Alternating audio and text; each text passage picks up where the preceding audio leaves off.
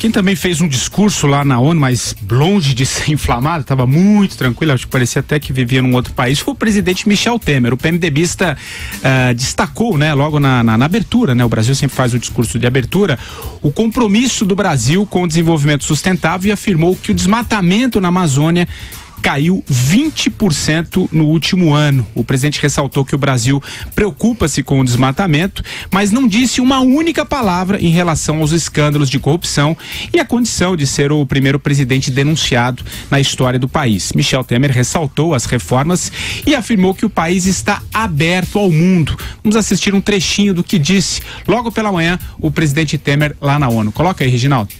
O Brasil, senhoras e senhores, orgulha-se de ter a maior cobertura de florestas tropicais do planeta. O desmatamento é questão que nos preocupa, especialmente na Amazônia. Nessa questão, temos concentrado atenção e recursos, pois trago a boa notícia de que os primeiros dados disponíveis para o último ano já indicam a diminuição de mais de 20% do desmatamento naquela região. Retomamos o bom caminho e nesse caminho persistiremos. Andreasa, começo esse tema com você, a fala do presidente do presidente Temer, mas é claro, ninguém esperava que ele fosse falar mesmo de corrupção, usou um assunto que tem um interesse internacional, que é a questão da Amazônia, como estratégia, enfim, o que você achou do Temer? O Donald Trump falou para o público interno norte-americano, e ele falou pro Temer falou para o público internacional. E acho que, bom, o Temer não é um bom orador, né? Isso é fato. Mas acho que considerando isso, ele foi bem. O negócio da Amazônia é verdadeiro. O desmatamento caiu, é um dado importante. Não é mérito dele, é mérito do Estado brasileiro, mas ele precisa falar a esse respeito. Gostei muito da posição dele firme em defesa da democracia na América Latina. Foi duro, especificamente com a Venezuela, ao dizer que não há lugar para regimes autoritários aqui no continente. É uma mudança muito significativa se comparado aos discursos tolerantes dos petistas. Muita gente falando, mas por que o Temer abre a Assembleia Geral da ONU? Não é o Temer que abre a Assembleia Geral da ONU, é o Brasil. A Dilma abriu a Assembleia Geral da ONU várias vezes, o Lula abriu a Assembleia Geral da ONU. Isso é uma tradição, né? A gente no Brasil se esquece que seja tradição. É algo passado e estabelecido com o tempo, fixado pelo tempo. O Oswaldo Aranha, o chanceler, foi o primeiro a falar na primeira Assembleia da ONU, e isso virou uma tradição cumprida por todos os presidentes. Ao longo de muitos anos, isso é importante. Sempre era o chanceler quem falava, né? Em determinado momento ganhou importância, os presidentes começaram a falar. Então não é uma deferência ao Michel Temer, não. Nem ao Brasil, é uma tradição. Vera. É meio ridículo, né? Isso daí parece, vamos chamar aquele tiozinho lá da Republiqueta, desimportante, pra fazer aqui pela plateia, a gente observou ali que não tinha muita gente prestando muita atenção. A galera tava dormindo, né? Ali, acho que o Temer pensou, puxa, posso falar da economia? Não tá muito bem. Vou falar de política? Não vou falar muito bem. Não tá muito bem. Do que eu vou falar? Vou falar do desmatamento, vai. É a 1/10 preocupação do governo, 0 em prioridade no governo, mas ele foi lá cumprir esse papel que é protocolar, que é uma tradição, como o Andreasa disse. É mais uma demonstração da perda de relevância da ONU, né? É uma cerimônia esvaziada, um discurso para ninguém, sobre o nada, de um presidente que tem 3% de avaliação. Eu acho que é quase um episódio de Seinfeld. Aliás, Madu, já passo a bola para você, mas como a Vera trouxe esse assunto, a gente já engata também. Você já fala sobre essa pesquisa, né, que foi divulgada hoje, claro, falando também aí do discurso do Temer na ONU. A pesquisa CNT divulgada hoje indica que apenas 3,4% dos entrevistados apoiam o governo do PMDBista, o pior resultado da série histórica. Ao todo, 75,6% consideram negativa a gestão de Temer. E na avaliação pessoal, Temer também teve um desempenho péssimo, já que 84% dos brasileiros desaprovam o presidente. Outros 2 dados referentes à eleição de 2018 devem ser destacados e a gente pode falar rapidamente também. No embate entre tucanos, Dória aparece com 2,4% das intenções de voto, à frente do padrinho político Geraldo Alckmin, que tem 1,2%. Já o ex-presidente Lula ainda lidera em todos os cenários simulados nessa pesquisa. Começo com você, Madu, vai lá. Eu só queria falar uma coisa sobre a ONU, que é lamentável, é uma pena que a ONU realmente tenha essa irrelevância, né, que tem já há bastante tempo, porque quando se fez a Organização das Nações Unidas, do pós-guerra, né, seria realmente um fórum super importante para o mundo tentar resolver suas divergências, mas infelizmente, muito por conta da Guerra Fria e a evolução das relações internacionais, as Nações Unidas foram cada vez mais se tornando irrelevantes no panorama da política internacional, da política mundial, virou um enorme cabide de empregos, muito embora existam alguns órgãos ligados às Nações Unidas, a própria Unicef, né, a OIT, a Organização Internacional do Trabalho, que ainda fazem um trabalho que eu acho que tem alguma relevância. Mas eu só queria dizer que é uma coisa a se lamentar.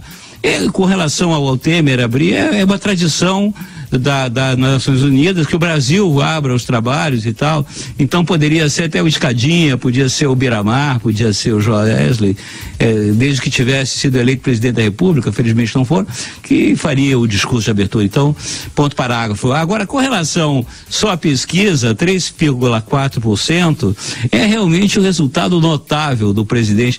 É um presidente de águas profundas. Daqui a pouco a popularidade do Michel Temer vai alcançar o pré-sal. Eu acho que essa será a grande conquista do governo do presidente Temer, que, aliás, eu colocaria essa questão para a Vera, né, que é a nossa mais experiente. Não que o Andreasa não seja bom, mas a Vera é a expert, né?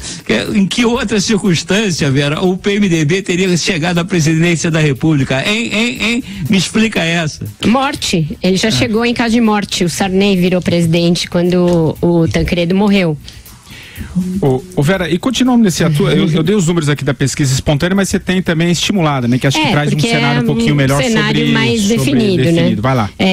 Na pesquisa estimulada foram testados 3 tucanos, tá? O Aécio com bizarros, como diria o Andreasa, 3,2%, o Alckmin tem 8,7% e o prefeito de São Paulo, João Dória, tem 9,4%. Quando é o Dória no lugar do Alckmin, o Bolsonaro cai um pouco, mas o Lula se mantém exatamente igual. E a Marina oscila dentro da margem de erro. Então, Dória tira um pouco de voto daquele eleitorado do Bolsonaro, mas também está no limite da margem de erro. A diferença entre o Dória e o Alckmin é residual ainda. É também ela dentro de uma margem de erro. Um tem 9,4, o outro tem 8,7. Não é suficiente para definir a situação no partido em prol do Dória, mas é suficiente para que ele se mantenha encarniçadamente em campanha como ele está, e já não fazendo questão de dourar a pílula, nem fazendo questão de poupar o seu padrinho político. O cenário bastante favorável para o Lula, isso levou a que a Bolsa despencasse hoje, né? Mas eu ainda atribuo isso a recall e aquela massa que ele detém. Eu acho que isso se desidrata ao longo da campanha. Nos cenários de segundo turno, também favoráveis bastante a Marina e ao Bolsonaro, os tucanos ainda não aparecem aí muito bem posicionados num eventual segundo turno contra o Lula. E o Temer, na avaliação bizarra, ridícula, quem votou nele, que é quem votou na Dilma, o odeia, quem não votou nele não tem nenhum apreço por ele, não faz questão de dar suporte ao seu governo. O Brasil segue a despeito do Temer na presidência, quase um presidente fantasma. Andreasa, vai lá, uma análise sobre a pesquisa e esses números do Temer que parece um pouquinho até descolado. Primeiro sobre o número do Temer, né? O Temer não é candidato em 2018. Então, talvez a impopularidade seja um ativo para um presidente que tem desafios de fazer reforma. Falo especificamente sobre a previdenciária, né? Que voltará à pauta do parlamento ao fim desse imbróglio relativo à reforma política. o Temer pode mudar a sua percepção, ele pode ter a sua percepção popular mudada se avançando nas reformas. A trabalhista já foi feita e ela é muito importante. Se ele conseguir avançar na previdenciária em 2 pontos simples, né, que não resolvem, é um puxadinho de reforma, a idade mínima e a transição do modelo de previdência pública para o modelo privado, claro, com uma transição longa, alongada, isso já terá impactos imediatos, de modo que a gente pode chegar em 2018. Eu hoje conversei com o pessoal do mercado financeiro, há análises positivas de volta do crescimento em 2018. É otimista? É. Mas é uma possibilidade. Nessas condições, o Temer pode até chegar a 2018 como eleitor privilegiado, tá? Por enquanto ele não é. Por enquanto o cenário é de giboiar, como eu tenho falado aqui.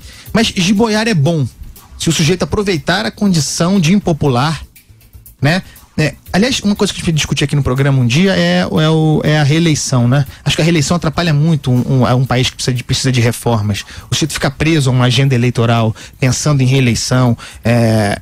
Então, voltando ao ponto central, essa impopularidade de 3% de aprovação, isso pode ser um gatilho para que, bom, já estou impopular mesmo, para fazer avançar as reformas. Pode ser bom para o Brasil. Sobre a pesquisa eleitoral, eu acho que a Vera tem razão quando fala que a posição do Lula é um recall, mas é o recall de sempre, que ele terá em condições de disputar a eleição de qualquer maneira. O Lula tem 20% do eleitorado. Com uma base de candidatos pulverizada, muitos candidatos, se ele puder disputar a eleição, e eu continuo dizendo que acho que essa chance é real, embora o surgimento das revelações do Palocci represente uma ameaça para esse cenário, finalmente uma ameaça, acho que o Lula já está no segundo turno, se ele puder disputar a eleição. Contra quem é que é a questão? Tem o Bolsonaro. O Bolsonaro é um candidato real. Ele não é mais uma brincadeira. Ele é um candidato real, precisa ser tratado dessa forma.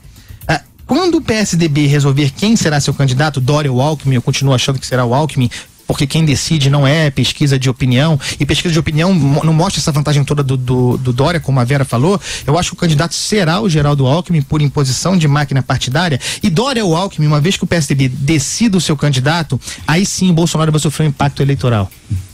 Tem alguns votos da centro-direita que hoje estão com o Bolsonaro por falta de opção. Então acho que o candidato do PSDB, seja quem for, tende a estar no segundo turno, provavelmente, repito aqui, um segundo turno à lá 2006, Lula versus Alckmin, né? Para mostrar que o Brasil não andou nada para frente.